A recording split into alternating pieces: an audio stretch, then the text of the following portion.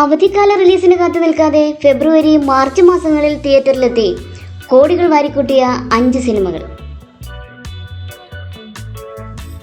ബ്ലെസ്സി സംവിധാനം ചെയ്ത് പൃഥ്വിരാജ്, അമല പോൾ, ഗോകുൽ എന്നിവർ പ്രധാന വേഷങ്ങളിലെത്തിയ ആടുജീവിതം 6 ദിവസം കൊണ്ട് 65 കോടി രൂപയാണ് നേടിയത്. ചിദംബരം സംവിധാനം ചെയ്ത് സൗബിൻ, ഷാഹിർ, ശ്രീനാഥ് ഭാസി, ബാലു വർഗീസ് എന്നിവർ പ്രധാന വേഷങ്ങളിലെത്തിയ മഞ്ഞുമൽ ബോയ്സ് 41 ദിവസം കൊണ്ട് 220 കോടി രൂപയാണ് നേടിയത്.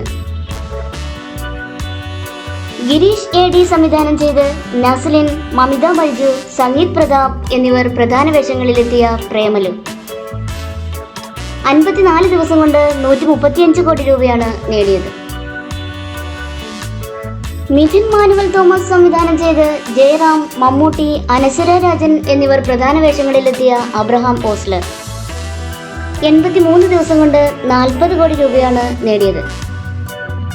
രാഹുൽ സദാശിവൻ സംവിധാനം ചെയ്ത് മമ്മൂട്ടി, സിദ്ധാർത്ഥ ഭരതൻ, അർജുൻ അശോകൻ എന്നിവർ പ്രധാന വേഷങ്ങളിലെത്തിയ ഭ്രമയുഗം 45 ദിവസം കൊണ്ട് 85 കോടി രൂപയാണ് നേടിയത്.